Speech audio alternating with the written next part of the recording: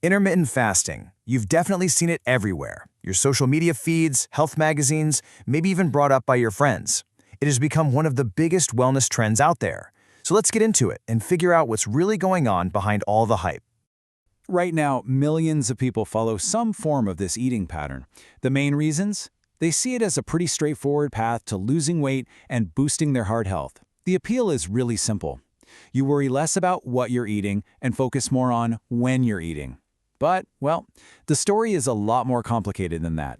Because not too long ago, a really shocking piece of preliminary data came out. A study suggested that one of the most popular types of intermittent fasting was linked to a staggering 91% higher risk of death from cardiovascular disease. So, what are we supposed to believe here? On one hand, it's a celebrated health hack. On the other, it's a potential danger. This kind of contradiction is exactly what we love to break down here at TrendDecoded. So let's get into the weeds and find out what the science actually has to say about it. To really get why intermittent fasting got so popular, we have to look at the problem it's supposed to fix. You see, its rise in popularity happened right alongside a growing and often invisible health crisis. And that crisis is something called metabolic syndrome.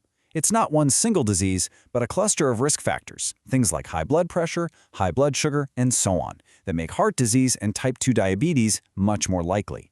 And with over 40% of the US population affected, you can see why people are desperately looking for simple fixes like fasting. Okay, so intermittent fasting isn't just one diet. It's really an umbrella term that covers a few different ways of scheduling your meals. Let's take a quick look at the most common protocols. First up, you've got the 16-8 method, which is a type of time-restricted eating. Super simple. You fast for 16 hours a day and eat all your meals within an 8-hour window. Then there's the 5-2 diet. Here, you eat like you normally would for 5 days a week, but on 2 days that aren't back-to-back, you cut your calories way down. And finally, there's alternate day fasting, which is pretty much what it sounds like. You alternate between a normal eating day and a fast day where you eat very, very little. So, what's the big idea? Why would any of these schedules actually work?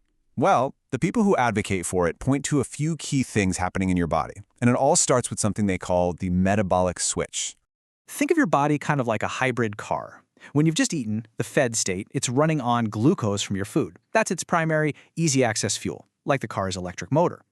But after about 8 to 12 hours without food, those glucose stores start to run dry.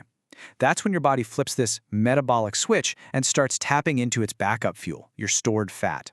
It breaks that fat down into something called ketones. This is like the hybrid car switching over to its gasoline engine. The theory is that forcing your body to make this switch on a regular basis is good for your metabolism. But that's not the only idea in play. Another big one is circadian rhythm alignment. The thinking here is that by eating only during certain hours, you're syncing your metabolism up with your body's natural 24-hour internal clock. And then there's this fascinating process called autophagy. You can think of it as cellular spring cleaning. It's believed that fasting helps activate this process, where your cells basically go around and clear out old, damaged parts to make way for new ones. Okay, so all of these mechanisms sound pretty good in theory, but what does the actual clinical evidence tell us? Let's check out the data on the benefits. Well, when you look at clinical trials, especially those focused on people with metabolic syndrome, there are some pretty consistent positive results. Studies tend to show a modest but noticeable weight loss, usually somewhere between 3 and 8%. And along with that, researchers have seen improvements in some really important health markers, like lower blood pressure, better cholesterol numbers, and healthier glucose levels. So yes, there is absolutely evidence for some benefits, but that brings us right back to the other, much more alarming side of the story, the potential for some serious risks. And here's that number that grabbed all the headlines, 91%. This came from a preliminary study, and it suggested that eating within an 8-hour window was linked to a nearly doubled risk of dying from cardiovascular disease. Now, that's a truly shocking figure, but it is so important that we understand the context here. Right after this study was presented, experts immediately started pumping the brakes. They pointed out that this wasn't a controlled experiment. It was an observational study. That means it can show a link, a correlation, but it can't prove that one thing caused the other. As Professor Tom Sanders pointed out, it's very possible that the people eating in that short window were doing it because of things like working night shifts, which we already know are linked to poor health outcomes on their own. And even setting that one controversial study aside, There's a broad consensus that intermittent fasting is definitely not a safe bet for everybody. The practice is strongly discouraged for several groups, including anyone pregnant or breastfeeding, people with a history of eating disorders, those who struggle with low blood sugar, as well as children and frail older adults. Knowing who shouldn't do it is just as important as knowing the potential benefits. And by the way, if you're finding that this structured approach from TrendDecoded is helping you make sense of these complicated health topics, now would be a great time to like this explainer and subscribe to the channel for more deep dives. So, where does this leave us? We've got studies showing benefits on one side and some pretty serious warnings about risks on the other. This lands us squarely in the middle of the central debate that scientists are still trying to figure out. And that debate really boils down to one key question. Are the benefits of intermittent fasting coming from some kind of special metabolic magic tied to the timing of it all? Or is it just a really clever trick to get people to do what we've always known works, consume fewer calories?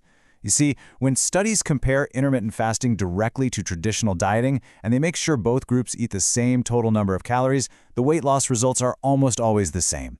This strongly suggests that the real advantage of fasting might not be biological, but psychological. For some people, it's just plain easier to follow a rule about when to eat than it is to constantly count how much they eat. So here's the bottom line. Despite all the buzz and its huge popularity, the science on intermittent fasting is just not settled. Most of the human studies we have are short-term. The general agreement among researchers is that we simply do not yet know what the long-term health effects are, good or bad. All right, let's quickly summarize what we've decoded here. We started with the problem, a huge surge in metabolic syndrome creating demand for simple solutions. Then the promise that fasting could trigger these great biological processes like the metabolic switch. But then came the peril, that alarming preliminary data, plus the fact that it's clearly unsafe for some groups. Which brings us to the final perspective.